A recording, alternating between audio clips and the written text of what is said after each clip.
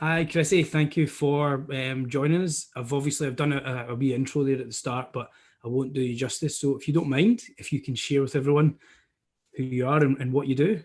Absolutely. Well, thank you so much, Gordon. I'm so delighted to be having this conversation with you today and shining a spotlight on diversity and inclusion, which I'm just so passionate about. So hi, everyone. My name is Chrissie Clark. I'm the Programme Manager for Diversity and Skills at Maritime UK. I have been working in the diversity and inclusion space for about 10 years now, a little bit longer than 10 years. You might notice there's a bit of a twang in my accent. I have been living and working in Australia for the past 12 years. And to be honest, I kind of fell into the diversity space. It was always a big passion of mine, but I didn't really know exactly what to do with it. I think I did that career that so many people do, where I left university and didn't really know what to do. I wrote a load of letters to try and find a job in London and ended up working for Andrew Lloyd Webber in the theatre sector. Oh, wow, right. And it was a big eye-opener to me, because we always think that the theatre sector or the production sector is so balanced and they're so open to having the conversation about inclusion. And in some aspects they are, but in some ways it was very backwards, and especially them. But I had a fantastic CEO who actually sadly passed a few months ago now. But I really got a lens into a world behind the scenes that wasn't actually as inclusive as I thought. But to be honest, I didn't know what to do with that. It was a great way to work in production, but I didn't know the next step. I then moved to Australia. I went there thinking I'd be there for a month. Yeah, as you did. I got to the stage where didn't have a mortgage, was single, thought I never took a gap year. Let's go somewhere a bit different. Let's challenge myself. I knew nobody there.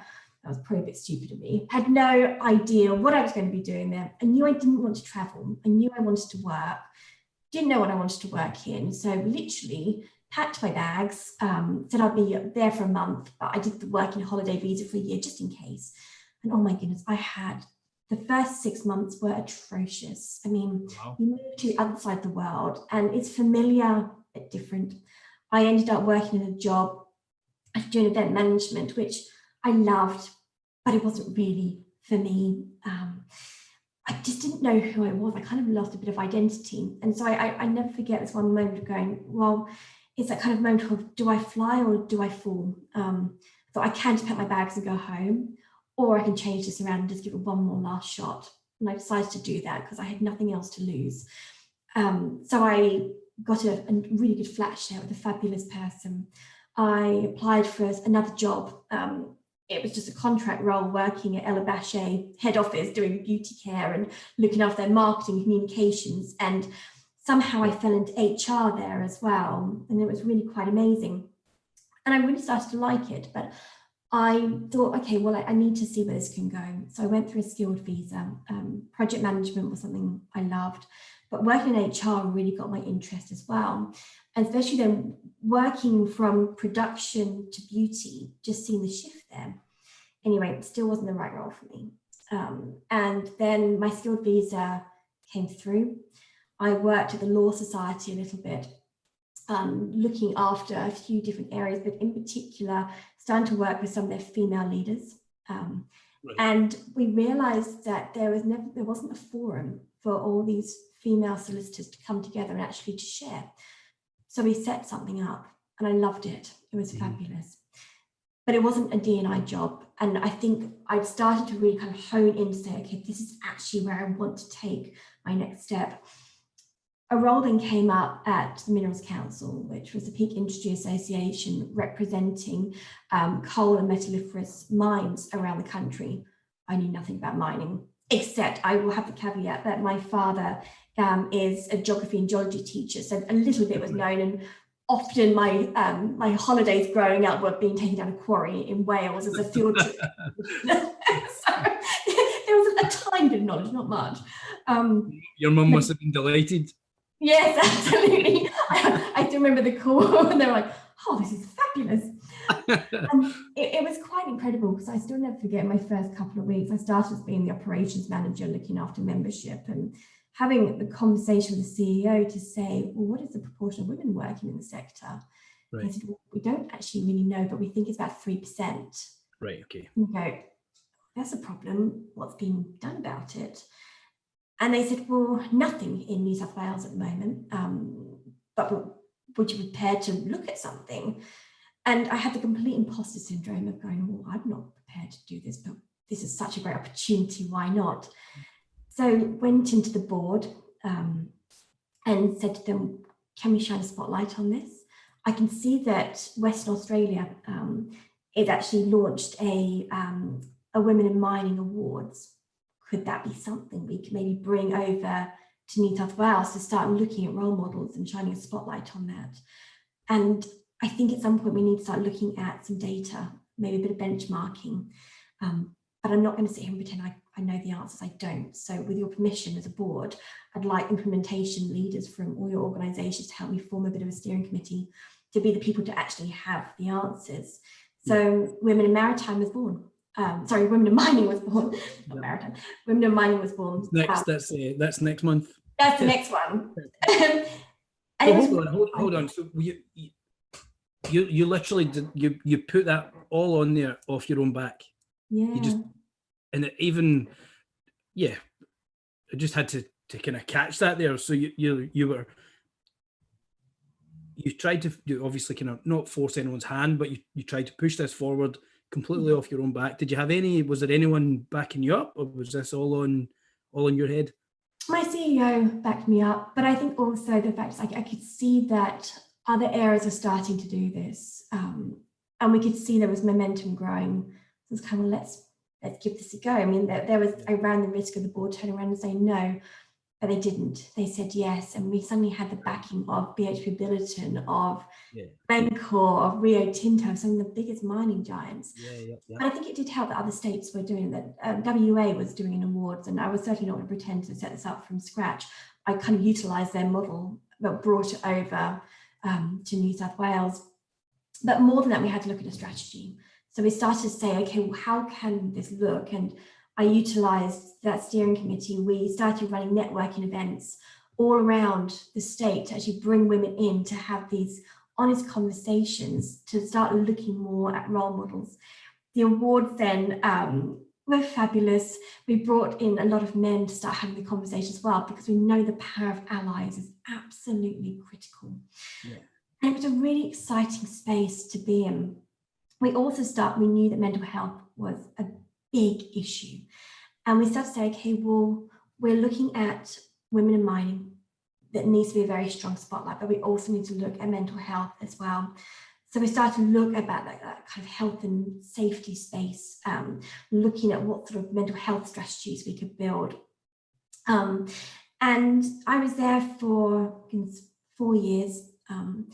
In that time, the women in mining, it grew and grew and grew. We were doing more and more networking events. The awards we launched, and it's really exciting, the awards are still going now. Right. And it was quite fabulous seeing some members of that initial steering committee actually win awards this year. And particularly one of them, she won the Exceptional Women in Mining Award. And I was like, oh, that's really quite powerful to see.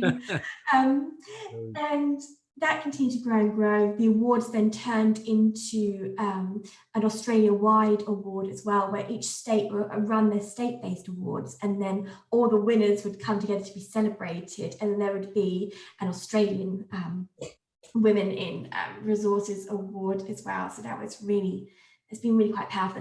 It's been still going. So we shone spotlight on mental health as well, and continue to develop that and learn from the mines what the barriers were that are being faced there.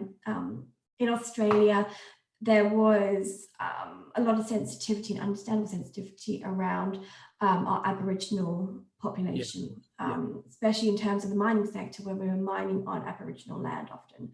So we really need to bring them in to make sure that they were being employed and that they have the skills to make sure they could get to employment. So we worked very closely with the government to set up an MOU. I was there for 4 years, and I was very used to lobbying government. and then I had the opportunity to actually go and work in government for a bit on the other side of things. I should also note at the time I was going through a bit of a battle to try and fall pregnant. I've been going through IVF, so I thought, you know what, now's the time to kind of maybe take that step back, but let's go and work in government, because I'd love to understand when I'm lobbying, how does that process work? How can I actually really be getting white papers read out, bills read out in government? So I worked in policy for about 6 months, and then my daughter arrived an hour after I left work at a Foo Fighters gig. So she made an entrance. She was early, but she made an entrance. We get two things from that. It means that you either means that the Foo Fighters gigs start really early, or you work pretty hard and you work late. Yeah, probably that. That's amazing. A really fabulous time. I continued volunteering for Women in Mining whilst I took a couple of months off. I then I quite liked the policy space, to be honest. It was quite interesting, and I wanted to work a little bit close to home in Australia. The distances are so big. I wanted to be very actually close to home, and we were living a bit north of Sydney. A local council was going through a merger. They needed a project manager to come in, and I thought something I actually haven't really worked on is my people management skills. I had one person I managed when I was in the mining sector, but I hadn't actually ever managed a big team before, especially of project managers. And we were looking at a lot of community and inclusive strategies that we need to really bring together. And that was a big eye-opener. It was a big steep learning curve for me. I've gone from literally not managing to managing a team of 14 and large teams underneath that. And I was very fortunate. What was that within? Was that what area was that? Was that with diversity as well, or? Yeah, it was, but it was in a local council environment, which was slightly different as well.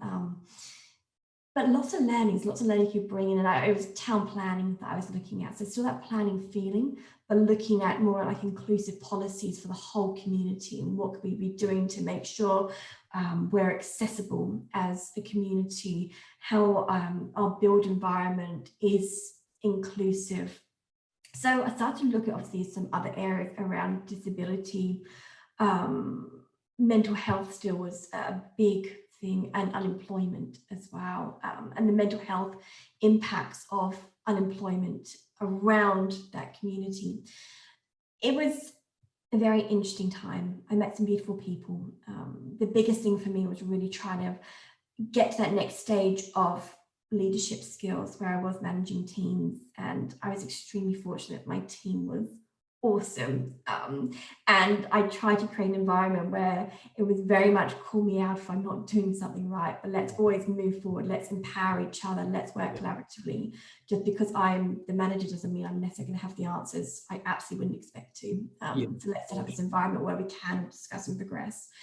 So that was exciting, but I really wanted to go back into a sector. I feel that government was really exciting, but for me, I wanted to really go back into diversity in a sector. And the Property Council of Australia was advertising a contract role for a diversity program manager to come in and roll out a strategy and diversity programs across the whole of Australia, which was a really exciting opportunity. Of course. The barriers that you had, I don't want to get too far away from it before bring it back, but so within mining to start with, then obviously within you went into government and the lobbying side, policy side, and then into a local government, and then obviously going in again nationwide. Did you see the same barriers or similar barriers within different industries then? Absolutely. The biggest barriers were, if we talk about mental health, around stigma and resilience, they're just not wanting to talk about it. Around gender, it was really around that progression piece.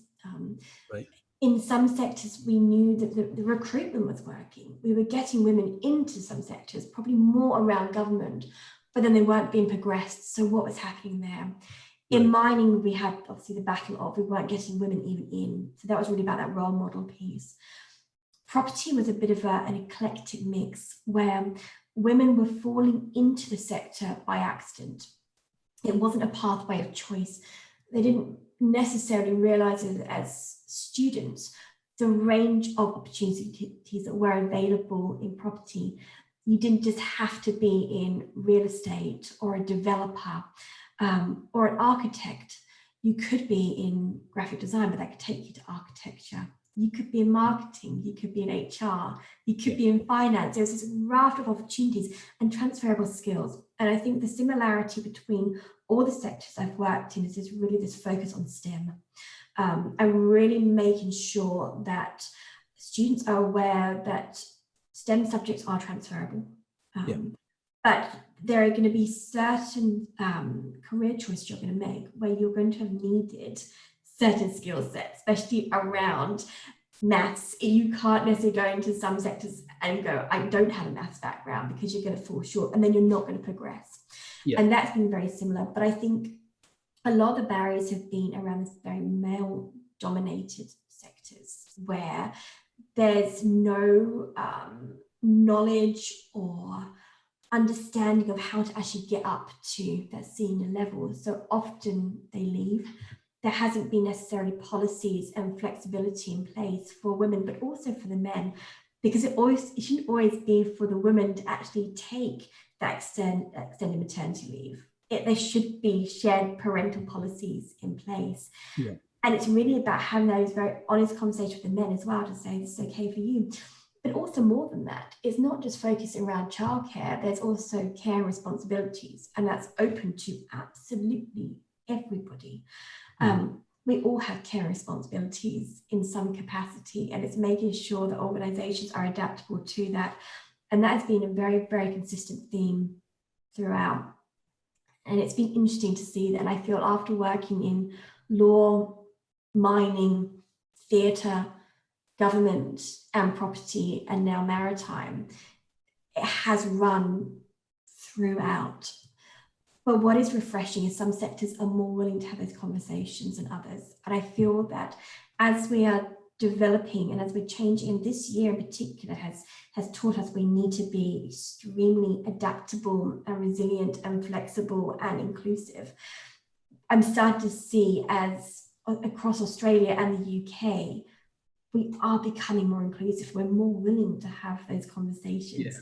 And we're more willing to have it at a very fast pace. And that's exciting. There's so many opportunities. Yeah, brilliant. So in terms of you, obviously when you came back, you joined Maritime UK, was it March or April this year? Yes, March I joined Maritime UK. You joined in the middle of just a small thing, just a small pandemic. Tiny, to move, not even country, but continent, and then back into London. How the hell did you manage that? It's an easy job. Let's be honest. The Programme Manager for Diversity for Maritime UK, it's an easy job anyway, isn't it? Never mind all of this. It's taught me a lot about myself. The move itself was actually huge. I think if I'd thought about it, no, actually, I wouldn't have changed it. I always knew we were going to come home, and there was a number of reasons for that. I'm a dual citizen. I became a citizen when I was in Australia. My two girls are dual citizens. They were born in Australia, but because of me, they're both British citizens. My husband isn't. He's an Australian citizen, and I'm very much about walking the talk in all aspects of my life. And it was never going to be fair that the three of us were all dual and meant we could literally move easily between countries, and he couldn't. I didn't like that. So we had to level the playing field in this house, and that was a reason to come back. There was never going to be the right time, but we decided before the girls got too old and really got kind of embedded into the school system, it made sense to come back as they were just kind of starting their journey and to be a bit closer to my family. As we know, distances are so big in Australia that we didn't actually have any family close by to us. Our closest family lived 5 hours away. So we thought if there's any better time, whilst the girls are so young, to be around their grandparents would be fabulous.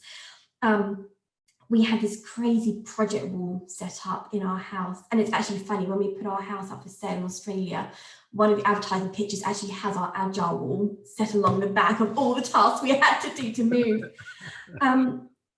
The hardest thing for me about the move actually was I thought I was coming home, and the UK had changed a lot since I'd left 12 years before, and I'd changed a lot. Of course, yeah. I'd left as a single early 20 or mid 20 female, and who was just starting their career journey. I'd had some knocks and bruises along the way in the 12 years I was in Australia, but I came back suddenly through the lens of being a mother, of being a wife, of family has changed and moved. The friendship circle I had is obviously they've all matured and moved around the world as well. And that to me was the biggest shock. Even the little thing of I wanted to go and buy milk, and I didn't know where to actually go. I got so used to the supermarkets in Australia. I knew exactly I could go 5 minutes down the road and there was Woolies and I could buy milk and bread. Over here, it's like, I've got no idea where Sainsbury's is. I don't even know, like, obviously sat nav, but that's that kind of that mindset. I actually don't know where I am. It was a complete shift. So it was a bit of a trying time. I was extremely lucky to get the job at Maritime UK. It's a 1-year contract role, which was going to provide an amazing opportunity to bring in my skill set, my passion, and take it forward. And I love the maritime sector. It feels very familiar, and it's this raft of opportunities here. It was a bit unique when you start a role and a couple of weeks later you go into lockdown, but I honestly, I can't sit here and complain about anything. I have been unbelievably fortunate that I've been in a role doing something I love. I've been able to work from home, and I've been able to progress conversations in such a big way. I don't think we would have been able to do if we were in a pre-March environment. We were still focusing very much on having physical events, but actually that's not inclusive. And suddenly we're having these networks of these, I call them my positive disruptors, because I love my networks, they're great. And it's about bringing do you think we've seen that there? Do you think that, so obviously before we started recording, you were saying that things have obviously progressed in terms of being able to adapt within the last 8 months that you've noticed. Do you think, I know obviously it's industry wide, it's not going to have helped many people, but do you think it helped you in your role and perhaps put things in place or come up with ideas, because everyone was that you're working with or in your network was currently having to adapt anyway how they were working, so then new strategies coming in, new ideas coming in, people were more receptive to it. I know it's hard to say because you didn't have, say, 8 months prior to it to test against, but were you quite happy with that side of it? I've been so lucky that I've been able to work with phenomenal people across the sector, and I feel humbled every single day by the people that I get to speak to. It really is quite amazing hearing their stories and the fact that they're willing to share their stories, but they want to make change. It's been an absolutely phenomenal experience. And certainly when looking at the initial structure of how Diversity Maritime could be formed back in March and how we could get to, I never expected we'd been at a stage now of networks of hundreds of people who would want to come together, and they are honestly committed to driving this change and sustainable change. I'm absolutely blown away every single day. The conversation you have, the people want to learn, they want to share, and it's absolutely incredible. What would you say? So, if you go back to the mining side of things, you said that one of the kind of key strategies was the role model piece within. Obviously, we all know maritime and mining; they're both male-dominated industries. So, using what you'd learned from mining with the role model side of it, what does that look like, and what can that be for maritime? Absolutely. Role models are absolutely key, and role models across the piece are absolutely critical, not just for the next generation, but for the current generation as well, to show where you can actually get to share that learning piece. We're certainly looking at the whole role model within the Women in Maritime Network, but also across our Pride network and across our Ethnicity network as well. It's critical right the way through, but also mental health. And we, during Maritime UK Week, it was only last month, it feels like a long time ago now, last month, we ran a series of webinars, and one of them that was an incredibly eye-opening experience for me was the mental health webinar. And a number of members of the network put their hand up and were very open to having very honest conversations about their own pathway. And suddenly they became role models. They talked about the stigma. They talked about the fact that their own mental health journey, we all have mental health, we all have varying levels of mental health, but they were very open about their own personal barriers. And I think we talk about role models, and so often we look at female role models, but we all need a role model in some way. It doesn't matter the colour of our skin, our background. We use role models to see where we aspire to be, and to help the next generation. So I think it's a critical piece, but it's about a collaborative piece as well. We don't necessarily need to have a Women in Maritime role model program. It's an inclusive one. It's talking about role models across the whole program. But yeah, it's absolutely critical. It really is. So in terms of, we're eight months in to your role, or you're 8 months in. What have I remember reading it, and I was just like, can't believe some of the, like, it's not a long time at all, but some of the things that you put in place. So I mean, what are you guys celebrating in terms of the ones that you've had, the progress you've made? I know obviously there'll be things coming beforehand that you've helped push through, but what's changed so far? I think seeing the growth of the networks and the buy-in from the sector to actually join these safe space networks, and the power of the network is incredible. But it's also then about saying, okay, well, how are we going to turn these conversations into actions? And so developing working groups as well that live across the piece. So I've got 4 current networks. I've got the Women in Maritime Network, the Ethnicity Network, the Pride Network, and our Mental Health Network. I've then got 4 working groups. So anything that comes out of them where we can't signpost, we've got these 4 working groups. One that looks at recruitment, one that looks at retention and progression, one that's really looking at one of our flagship programs, the Pledge and the Charter, which will be a big win when we really expand this program next year, and also communications and events. The way that we've progressed the conversations throughout, seeing those networks grow just since the initial launch of them back in, well, we launched in May, but we had first network meetings start in June, July. We started with 25 people. The last, well, we're about to hold the next round next month. What are the networks? Sorry, for anyone that's listening that doesn't know what's out there. What are the networks? Of course. So our networks are these safe space, positive disruptors, that it's people from across the whole of the maritime sector to come together, and we shine a spotlight on a particular area of diversity, but not necessarily with blinkers on. We'd like to still discuss other areas, but it's really kind of the challenge to say, this is working in one area of the sector. Can we expand this to be across the piece? It's my positive disruptors, where they have very honest conversations about barriers being faced. And then we talk about possible solutions for how we can actually break down those barriers.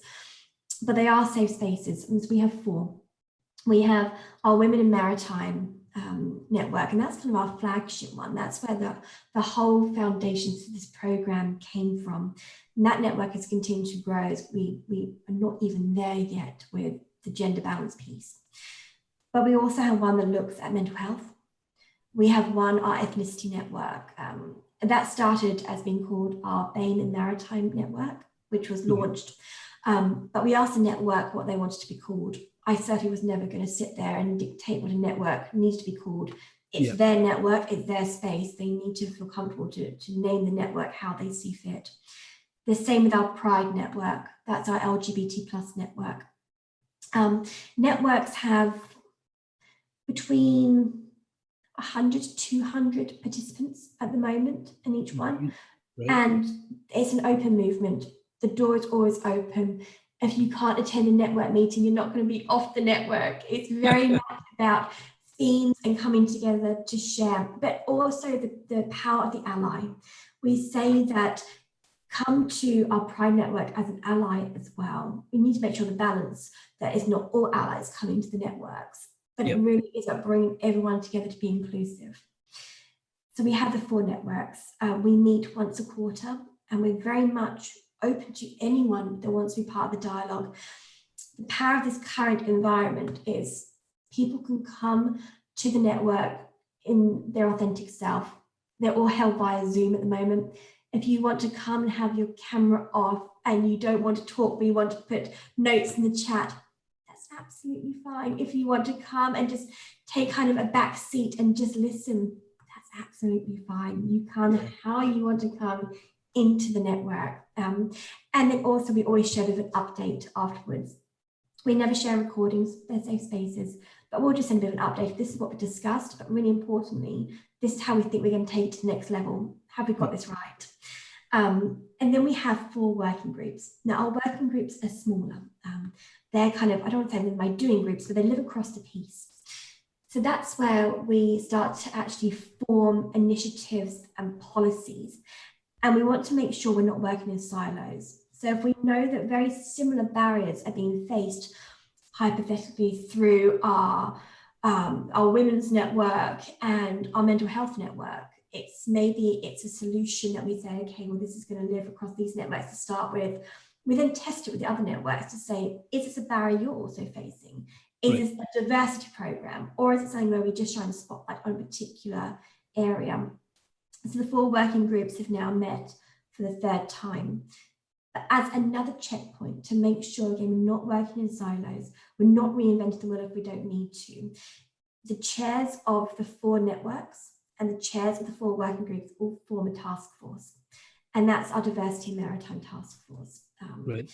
And we want to make sure we are always reflecting, understanding the current situation, but also looking forward as well.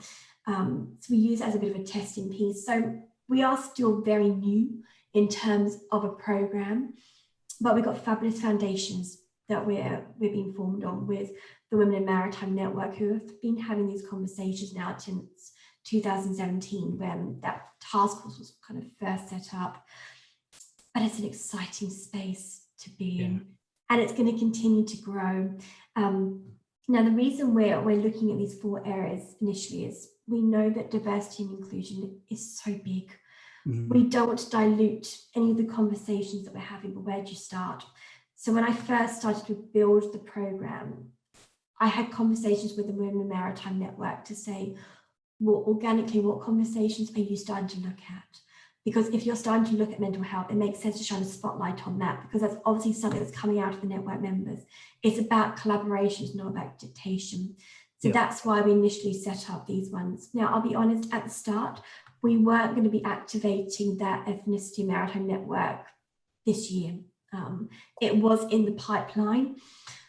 Black Lives Matter was obviously a massive change and a massive movement. And I had to have some very honest conversations of, well, is it the right time to set this network up on the back of that?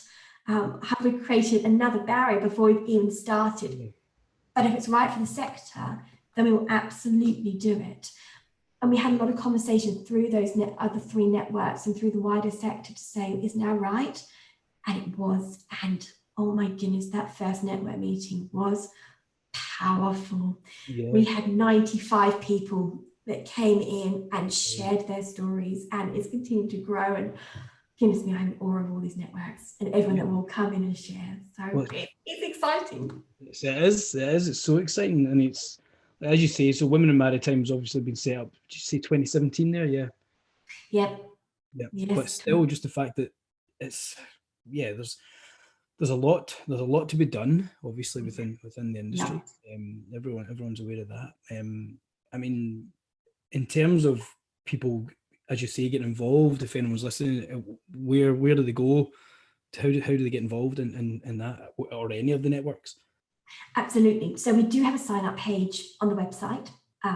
So it's www.diversityinmaritime.uk.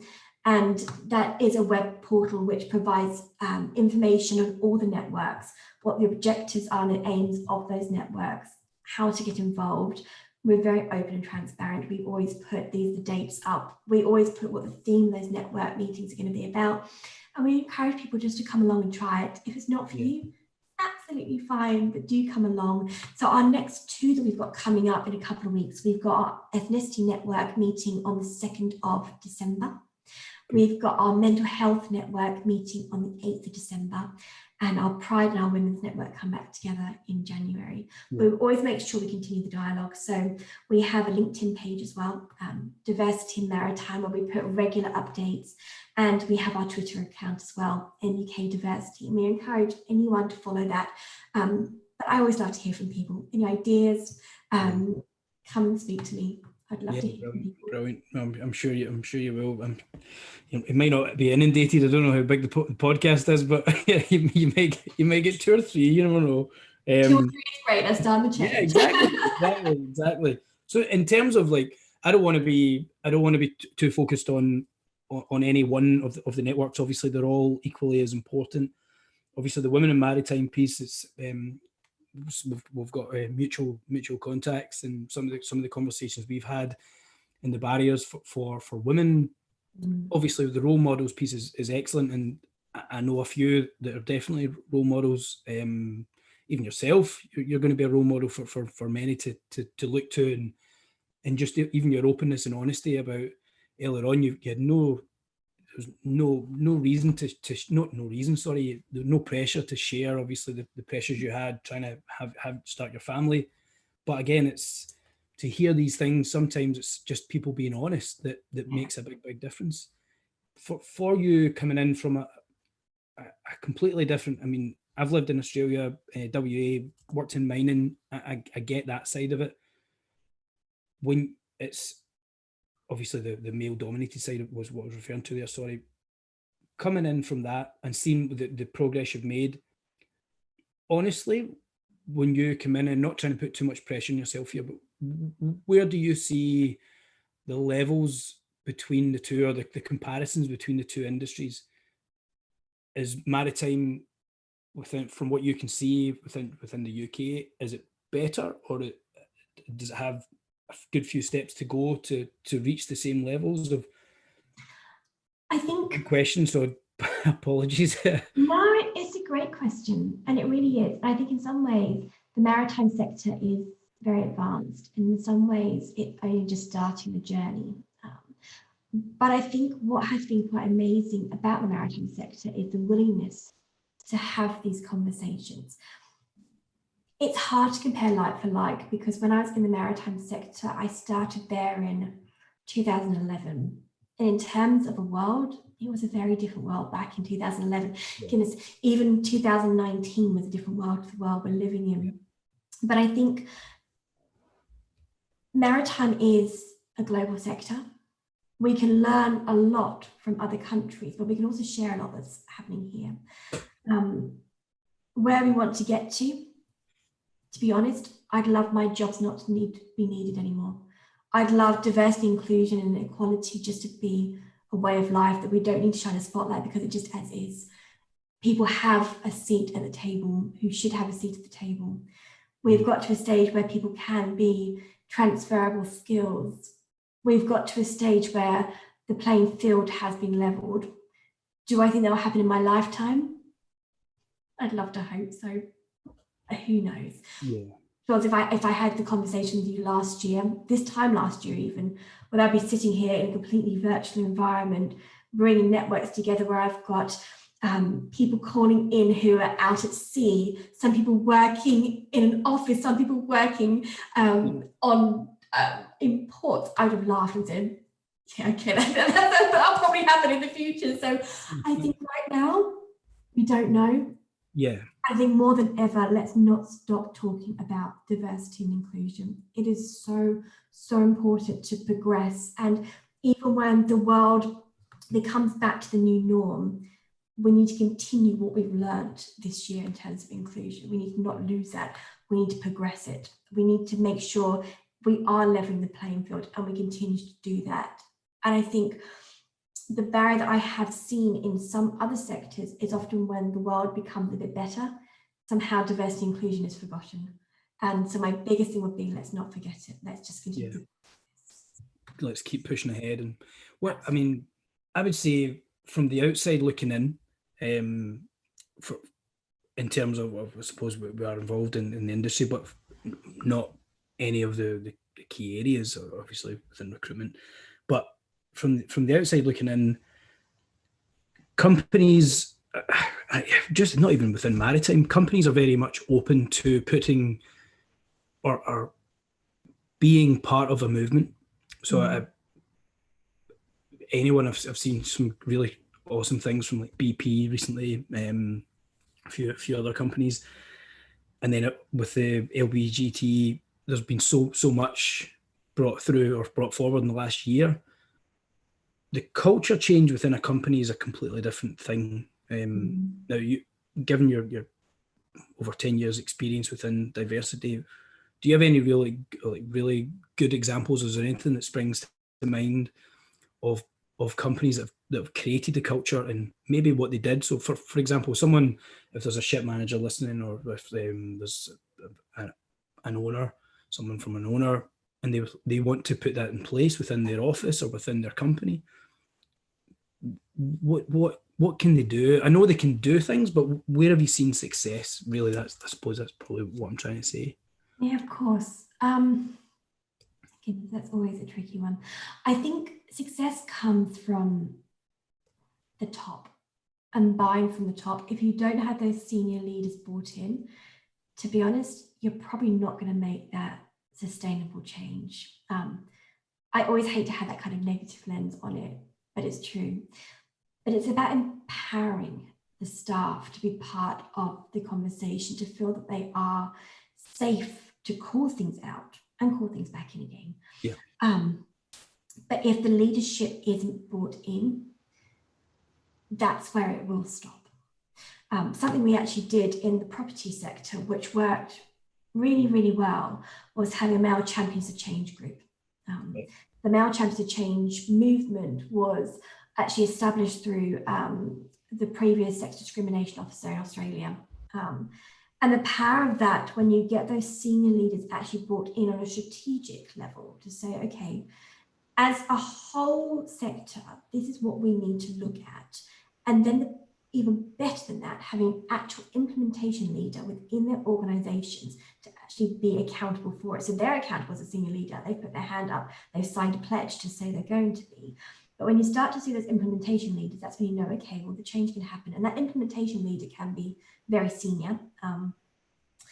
It's also then about saying, okay, well, then how can we progress? And I think when an organization starts to look at succession planning and progression techniques, especially around protected characteristics, when they're looking to progress women, and when they're looking to progress people from an ethnic minority who are Black, the power of that, you start to say, okay, they actually are bought in to their employees because they want to get them up to that level. But again, it goes back to, you need to have the senior leaders bought in. Yeah. And not just in the tick box, they actually want to do it. Yeah. Well, you said that earlier on as well. It's not about tick. It's all well and good creating tick boxes, and it has to be done to an extent, or to understand what's going on. But it needs to be far more than that. Now, again, before we had a wee chat, obviously, before we started recording, but you were saying that within your role within Maritime UK, you're looking at other sectors. Just put a podcast up this morning when we're recording this with a gentleman out in Singapore, John Logan, and he was referring to, for technology change, they're taking in different advancements within other sectors. So within aviation, within even Formula One, for example, was an example he gave. For you, coming in again, it must be such a big change for you coming in from a different country. Again, it's an English-speaking country. There's a lot of similarities, but there's a hell of a lot of differences as well. But coming in within Maritime UK and then working with the likes of rail, you were saying earlier on, like, where are some of the really good things that you're seeing within the UK that Maritime can take can use as an example and pull from? Yeah, I'll use actually the rail sector is a great example, and we're starting to partner with them in a number of our areas as well. We're lucky with the Department for Transport that we do have a place where we can actually learn across other sectors. I'll use a big example from our mental health work. I talked before that we need to kind of benchmark where we were up to in the mental health journey. So we've actually partnered with Safer Highways to launch our first mental health benchmark survey. And we did that because we wanted to be able to benchmark ourselves against ourselves, but also against other sectors. And there's been a number of sectors who have actually signed up to that, and it benchmarks you against the Thriving at Work standards that were John Farmer's recommendations with after the PM's strategy a few years ago. And so involved with that survey, it's us, water, rail, roads, construction and utilities. And we can really learn from the other sectors, but also we can actually start to celebrate what our sector's doing, because we know they're doing some fabulous things in mental health. So it provides us with an opportunity to share that in a very similar forum with those other sectors. So this is what we're doing as a sector. But also, can we learn from you? How can we now actually take what you're doing and bring it into this dialogue? So I think a lot of those sectors are having those conversations about mental health. And I was speaking with Simon Blake, who's the CEO of Mental Health First Aid England the other day. He's coming to speak at the Mental Health Network in a few weeks. And it was interesting talking to him about the benchmark survey and the importance of taking stock of where we're up to. And you know what? If it's not pretty, that's fine. At least we know where we're up to, and then we know where we need to get to. Because if we're at a stage where we go, do you know what, we're doing everything great, fabulous, but then why do we even do it? Why do we do the survey in the first place? How are we going to learn? So it's always about that moving forward. So yeah, I think, does that answer the question? I feel like I've just meandered on. No, yeah, totally, 100%. Yeah, I mean, sometimes it's the bigger picture is the most important part of it, and obviously what you're doing.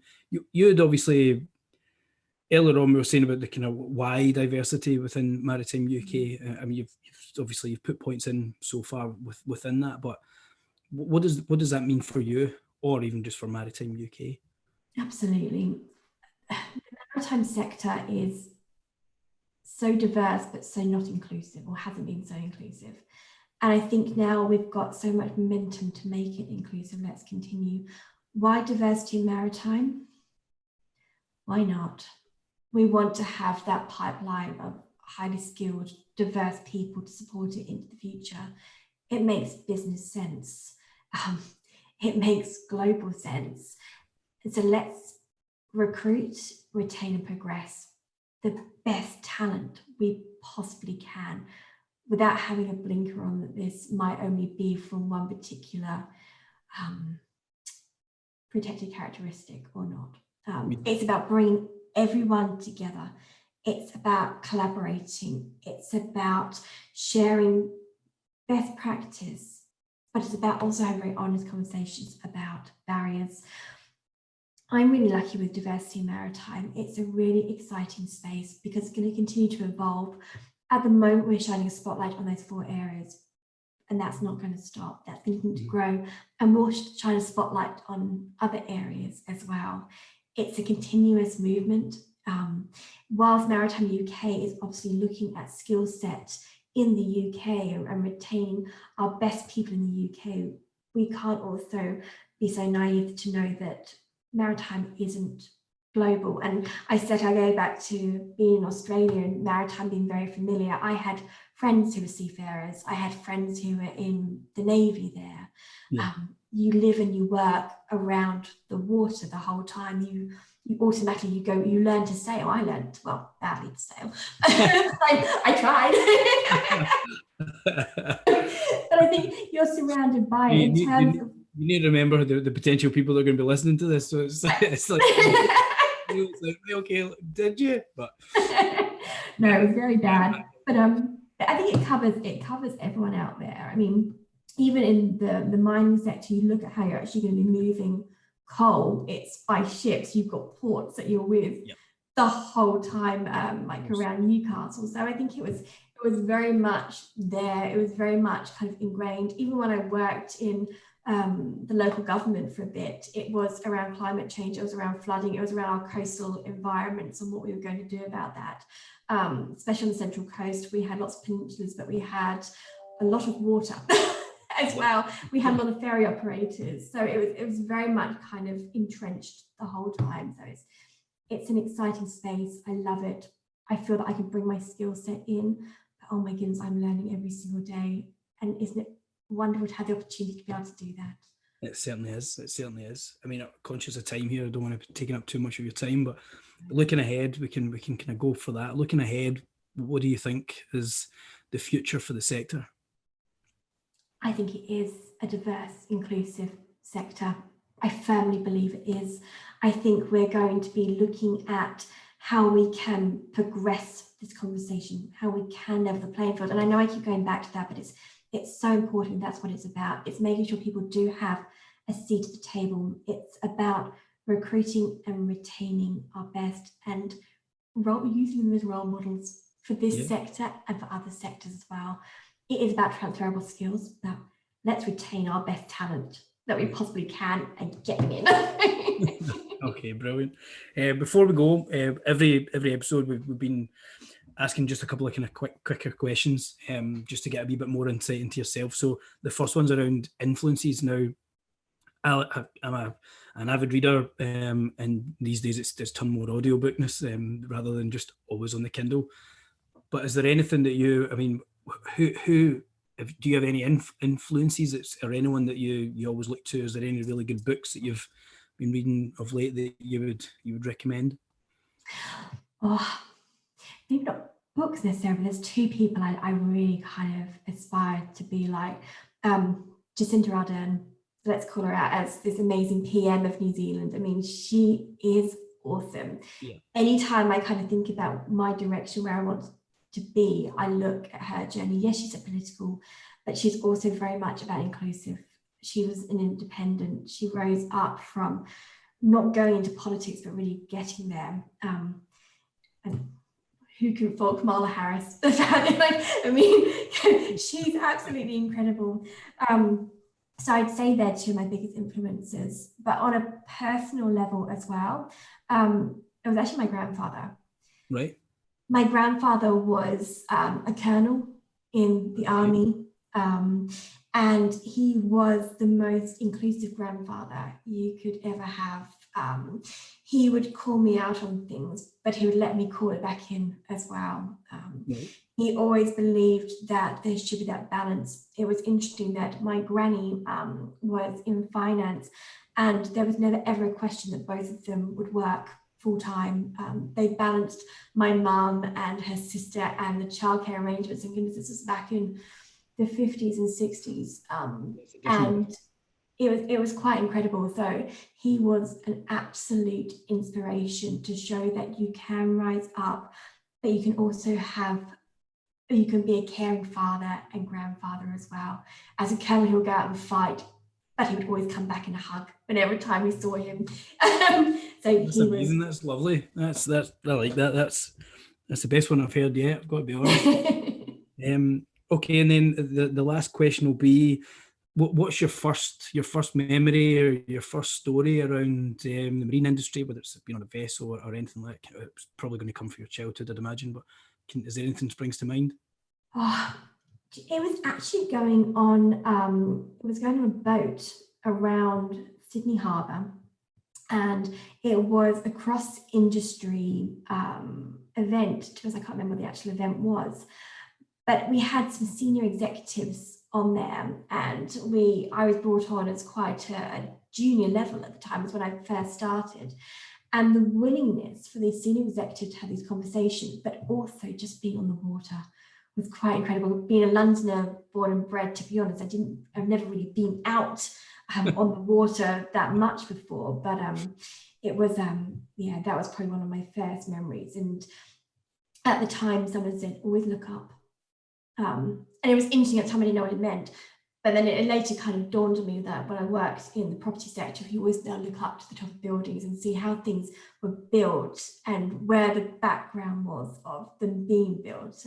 Right. So yeah, that was probably one of my first sector memories. Positive one. There's probably some that are not so positive, but we won't talk about that. We'll keep it on the positive note. Well, Chrissie, it's been an absolute pleasure. Thank you so much for sharing your story, and congratulations on an incredible 8 months in the hardest of circumstances, as bringing your family back to the UK and then taking on a rather big job. So you deserve all the plaudits, and you've done great. And yeah, I can't thank you enough for joining us. Oh no, thank you so much. It's been fabulous you're welcome. speaking to you. I really appreciate it, and stay well and safe, and speak soon. Shall do. Thanks again.